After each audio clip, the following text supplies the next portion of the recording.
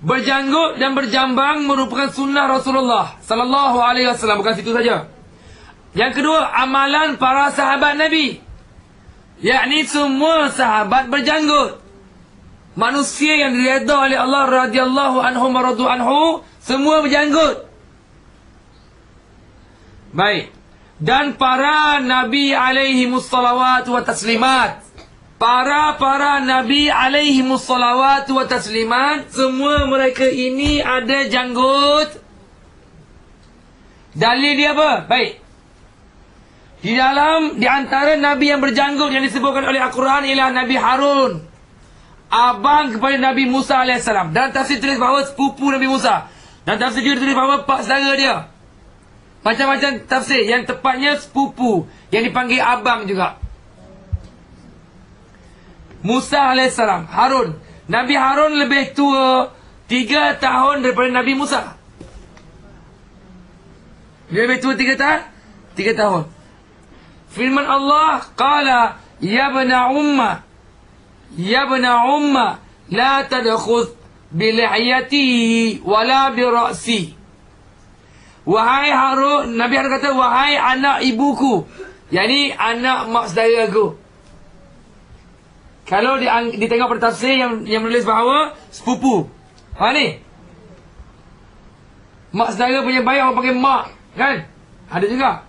Wahai anak ibuku, janganlah engkau meragut janggut dan menarik rambutku.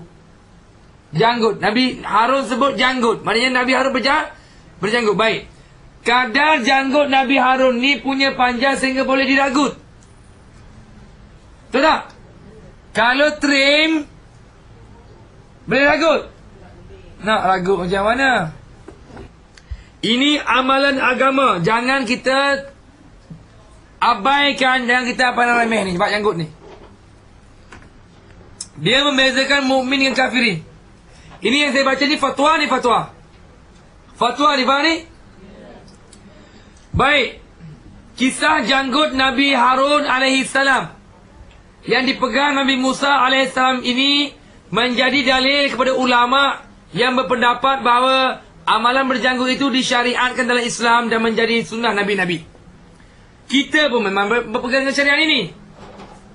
Janggut ni ialah amalan Nabi-Nabi, syariat dalam Islam. Dalil dia ni, ya bana umma, la ta'khudh bil lihyati wala bi ra'si. Baik. Mencukur janggut dan memelihara misai adalah budaya atau cara hidup orang-orang Yahudi, Nasara dan Majusi. Keras benar celaan ini. Besar ni. Cukur janggut maknanya licin cukur dan memelihara misai. Misai dia elok-elok dipelihara. Budaya ini Yahudi, Majusi, Nasara. Kalau kita dengar orang bermisai, dia marah gila. Marah punya. Oleh kerana itu orang Islam diperintahkan supaya berkeadaan sebaliknya. Orang Islam diperintahkan supaya sebaliknya. Tidak bersifat seperti orang-orang kafir. Tidak mengikut budaya mereka itu. Untuk membezakan cara hidup orang Islam dengan cara hidup mereka. Bab ni ustaz-ustaz paling takut mengajar di masjid-masjid kerana takut tak dapat sapu surat. Oleh kerana itu orang Islam diperintahkan, disyariatkan, diajar oleh agama berkeadaan berkhilaf dengan mereka ni, supaya membeza cara hidup orang Islam dengan cara hidup orang kafir. Jelas ni. Sabdaan Nabi SAW, a'ful lihya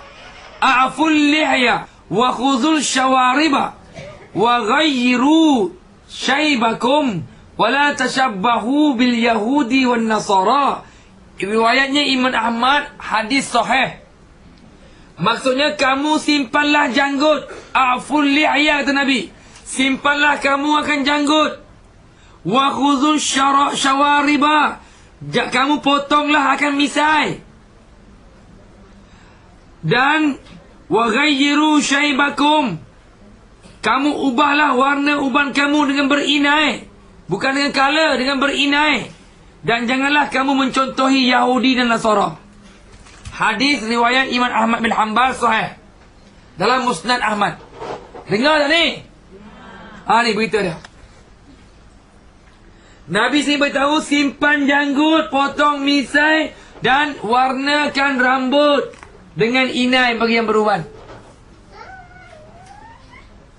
Satu lagi riwayatnya Ibnu Abi Syaibah rahimahullah ta'ala muhaddis. Orang pertama yang mengumpulkan hadis ni. Rawa anna rajulan minal majusi ja'a ila Nabi sallallahu alaihi wasallam. Diceritakan bahawa seorang laki-laki daripada kalangan yang majusi datang menghadap Nabi sallallahu alaihi wasallam. Baik.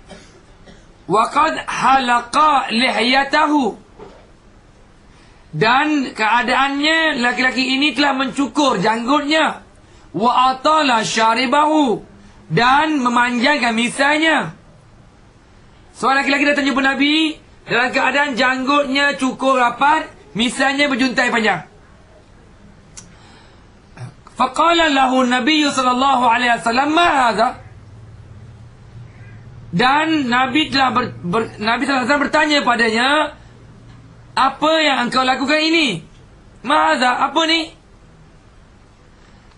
Qala hadha dinuna. Hadha dinuna. Bukan dinana tu. Dinuna. Silap tulis tu. Hadha dinuna. Kata laki-laki tadi, inilah ajaran agama kami. Beginilah agama kami. Dia tak kata beginilah fashion kami. Yahudi, Majusi tak kata inilah fashion kami. Tak. Dia kata ini agama. Sebab agama ni i'tiqad, akidah kami. Nabi sallallahu alaihi wasallam bersabda, Qala Rasulullah sallallahu alaihi wasallam, lakinna fi dinina an nukhfiya syawariba wa an nu'fil lihyata. Kata Nabi sallallahu alaihi wasallam, tetapi dalam agama kami, yakni Islam, kami memotong misai dan membiarkan janggut kami panjang. Hadis riwayat Ibnu Abi Syaibah rahimahullah ta'ala sahih. Ini hadis Nabi. Imam Bukhari pula berkata, kana Ibnu Umar yukhfi syaribahu hatta yura ila bayadil jildi. Kata Bukhari, Ibnu Umar menipiskan misainya sehingga kelihatan kulitnya yang putih. Dia tak cukup. Dia nipis dengan mengguntingkan misai. Sunnah dia mengguntingkan misai rapat sehingga nampak kulit bibir ni, kulit atas, skin atas pada bibir ni, antara lubang hidung dengan mulut. Faham tak? Bukhari menerangkan, Imam Bukhari menerangkan, yukhfi syaribahu, menipiskan, yukhfi syaribahu. Ibnu Umar menipiskan misalnya hatta yura ila biyadil jildi, sehingga nampak putih kulitnya. Baik, daripada keterangan di atas, jelaslah membuktikan bahawa para sahabat adalah berjanggut kerana mencontohi amalannya Rasulullah sallallahu alaihi wasallam. Demikian hadis dan pengenalan dia. Baik, hukum berjanggut dan mencukur misai. Apa dari segi hukumnya janggut ni? Menyimpan janggut apa hukumnya? Maka adapun perintah memelihara janggut itu banyak kali ditegaskan dalam hadis-hadis Nabi sallallahu alaihi wasallam. Banyak hadis Nabi menegaskan simpan janggut. Kita je buat tak tahu. Bahkan anak kita berjanggut, kita kata apa? Musang dah datang. Anak berjanggut, elok lah. Kita musang dah datang. Jadi hukumnya perintah Nabi memelihara janggut banyak dalam hadis-hadis Nabi. An Ibn Umar radhiyallahu ta'ala anhu maqal, qala Rasulullah sallallahu alaihi wasallam, ahfu syawariba wa afu lihya. Hadis Bukhari Muslim diriwayatkan daripada Ibnu Umar radhiyallahu ta'ala anhu, kata beliau, sabda Rasulullah sallallahu alaihi wasallam, kamu cukurlah misai. Yang gunting, afu ni nipiskan misai kamu dengan gunting. Dan memeliharalah janggut kamu. Hadis riwayat Imam Muslim dan Imam Bukhari. Hadis kedua, Ali bin Umar radhiyallahu anhu qala qala Rasulullah sallallahu alaihi wasallam khaliful musyrikin waffirul lihya wa ahful syawariba. Diriwayatkan daripada Ibnu Umar radhiyallahu anhu katanya sabda Nabi sallallahu alaihi wasallam, bezalah kamu daripada orang musyrikin, berbezalah kamu daripada musyrik, iaitu kamu peliharalah janggut dan cukurlah misai, yakni nipiskan misai kamu. Baik, adapun alat penyukur, kita panggil apa? Clean shave tu kan? Alat penyukur itu, kiranya mata cukur itu bersifat seperti gunting. Dia silang menyilang. Cuba buka tengok. Dalam tu nipis, silang menyilang. Jatuh hukum dia gunting juga. Cukur ni ialah menggunakan pisau yang tajam mencukur habis. Blade. Baik. Oleh itu sunatnya ialah mencukurnya, menggunting, menipiskannya dengan gunting ataupun barang yang semakna dengannya. Saya pernah tanya ini masalah ini pada ustaz saya, Hadrat Maulana Syekhul Hadis Mu'anan Nazrul Rahman damat berkatuhu. Saya pernah tanya ni. Baik. Dalam hadis yang lain lagi, baik, masuk pendapat Imam Syafi'i tentang janggut. Baik. Masuk mazhab kita. Apa kata Imam Syafi'i mengenai janggut? Menurut Imam Nawawi dalam syarah Sahih Muslim, bahawa janggut itu tidak dicukur.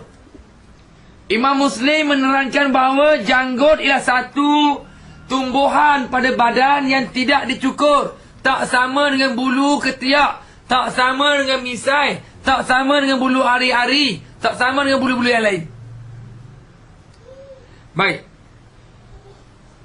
Ditulis oleh Imam Nawawi dalam fatwanya Al-Mukhtaru, pendapat yang paling terbaik terpilih.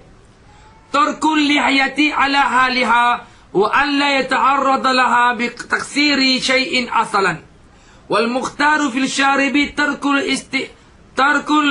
isti'asali wal ikhtisari ala ma yabdu bihi tarfu syifati. Tarfu syafati. Syafani bibir. Syafatain. Tarku syafahi. Artinya bahawa pendapat yang terpilih ialah membiarkan janggut mengikut keadaan semula jadinya. Ini yang terbaik. Inilah terpilih mukhtar yang dipilih oleh syariat agama. Baik. Tanpa memendekkannya sedikit pun pada hukum asalnya. Ni hukum asalnya. Allah yata'arradu laha bitaksir syai'in. Pada asalnya tiada sedikit pun dipendekkan. Melayu dah lah pendek. Dah sikit orang Melayu janggut dia potong pula separuh. Dan pada pendapat yang terpilih pada misai pula ialah tidak mencabut atau mencukurnya habis. Memadai memendekkannya setakat kelihatan tepi bibir. Baik. Untuk misai ni ada tafsir dia. Misai ni sekiranya dia tidak berjanggut, maka tiada digalakkan menyimpan misai. Jelas? Kerana dia tasyabuh bil majusi wa yahudi wa nasara. Kalau dia berjanggut, menyimpan misai harus dengan syarat dinipiskan misai sehingga nampak dia punya bibir punya garisan. Sampai tak bibir je. Misai tu dinipiskan, dijaga sama ada nak rapatkan sehingga nampak kulit bibir. Kalau nampak kulit bibir, maknanya dia gunting nipis. Kalau dia biarkan panjang, syarat dia kena potong sehingga tidak melebihi bibir punya urat atas dia. Nampak tak? Tarfu syafahi. Tarfu ni lah tepi bibir atas, bahagian atas tu. Bibir atas kan? Bahagian atas yang bercantum dengan kulit bibir atas.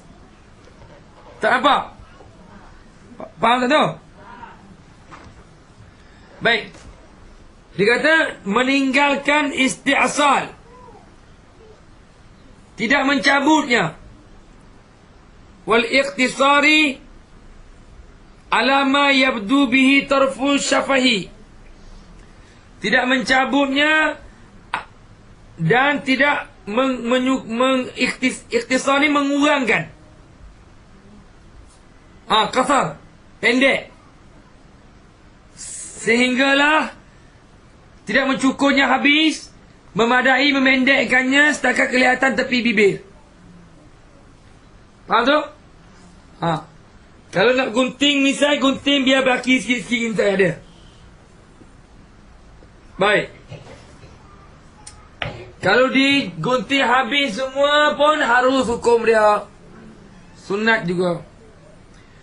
Menurut kitab, kerana Sayyidina Ali ada misai. Sayyidina Ali ada misai. Misainya digunting selaras dengan ukuran bibir dia. Menurut kitab Al-Majmu' karangan Imam Nawawi, kitab fatwa ni. Kitab Majmu' ni kitab fiqh. Fiqh mazhab Nawawi yang menjadi rujukan pada para mufti. Kata Imam Khitabi rahimahullah ta'ala dan ulama-ulama lainnya, janggut itu disimpan, dibiarkan dengan tidak digunting. Mengguntingnya adalah makruh, seperti perbuatan orang-orang ajam, yakni orang-orang bukan Islam. Faham ni?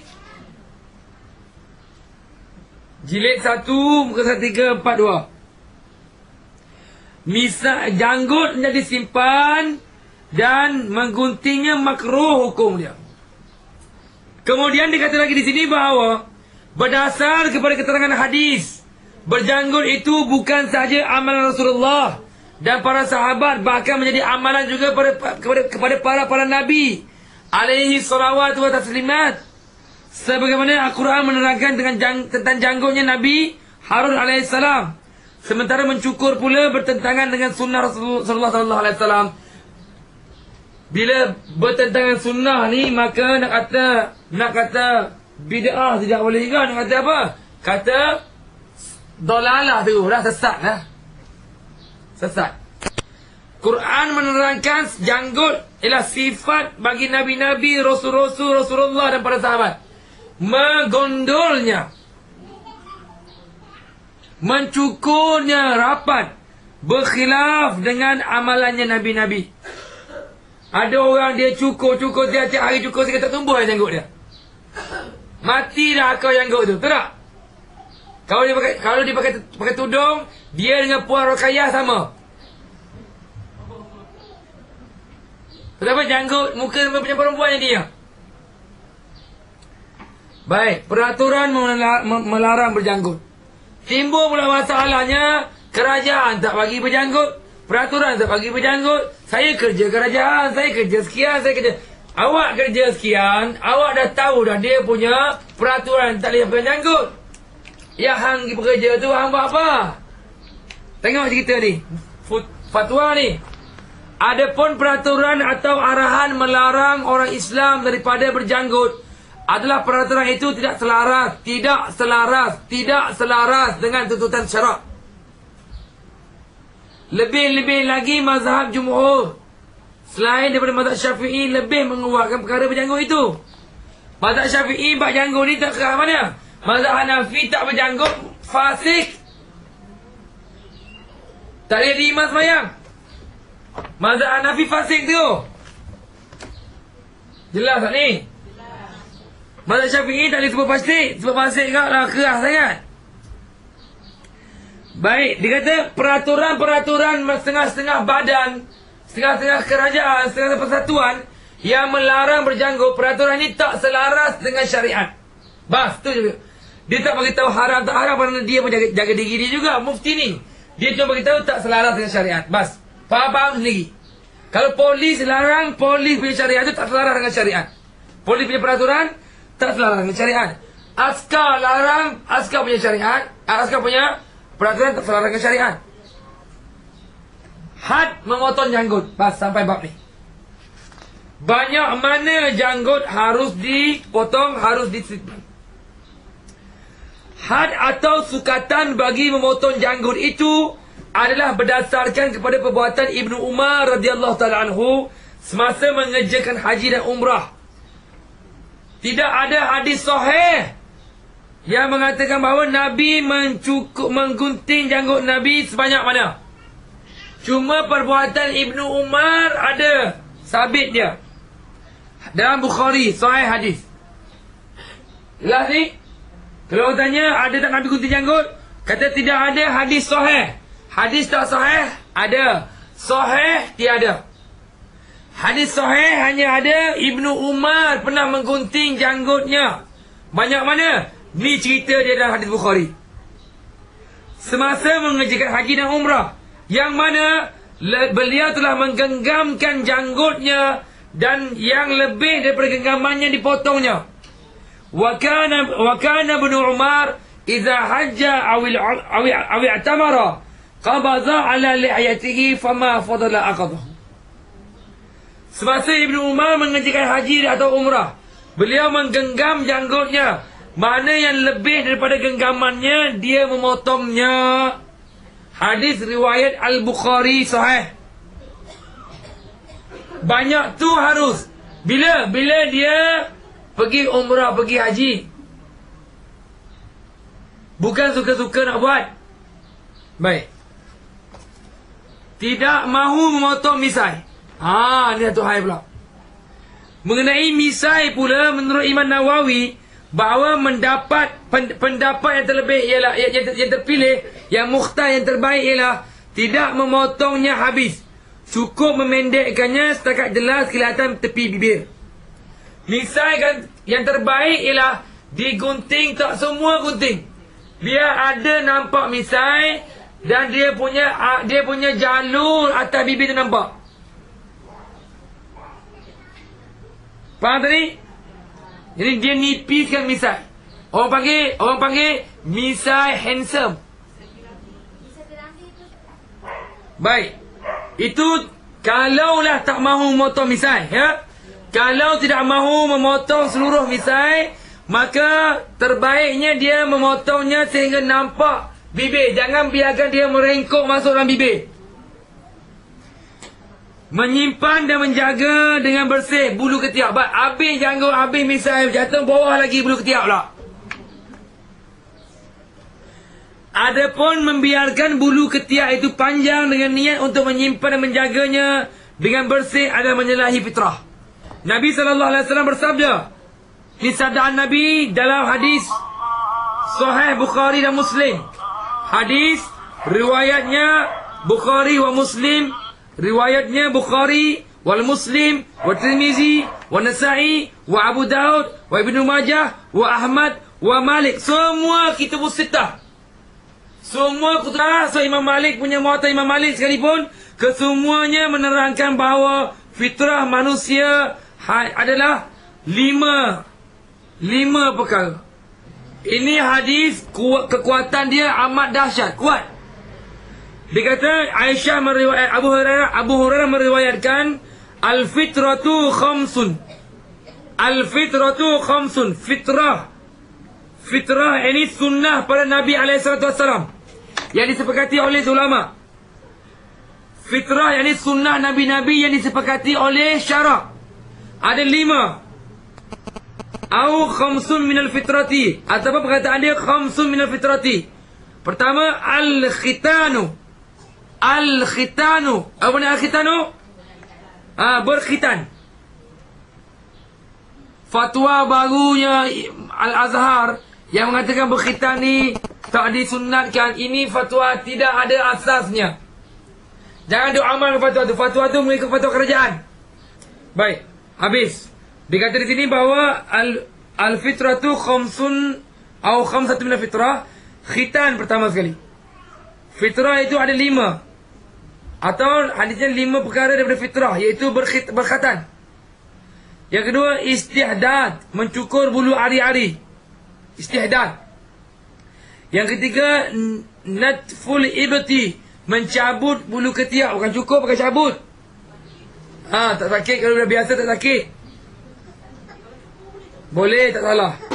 Yang kelimanya, taklimul azfar, memotong kuku. Yang kenanya ialah qasul syarib, memotong misai. Maka ini fitrah bagi manusia, bagi setiap Nabi-Nabi. Fitrah Nabi-Nabi. Selain daripada ni, maka kalau nak simpan bulu ketiak, dia melanggari fitrah Nabi-Nabi, tak betul. Baik, insyaAllah ta'ala Wallahu alam bissawab. Setakat ini kita punya muzakarah kita pada pagi ini. Subhanallah bihamdihi, subhanakallahumma wa bihamdika, nashhadu an la ilaha illa anta, nastaghfiruka wa natubu ilaik. Wa sallallahu ta'ala ala khairi khalqihi Muhammadin wa ala alihi wa sahbihi ajma'in birahmatika ya arhamar rahimin.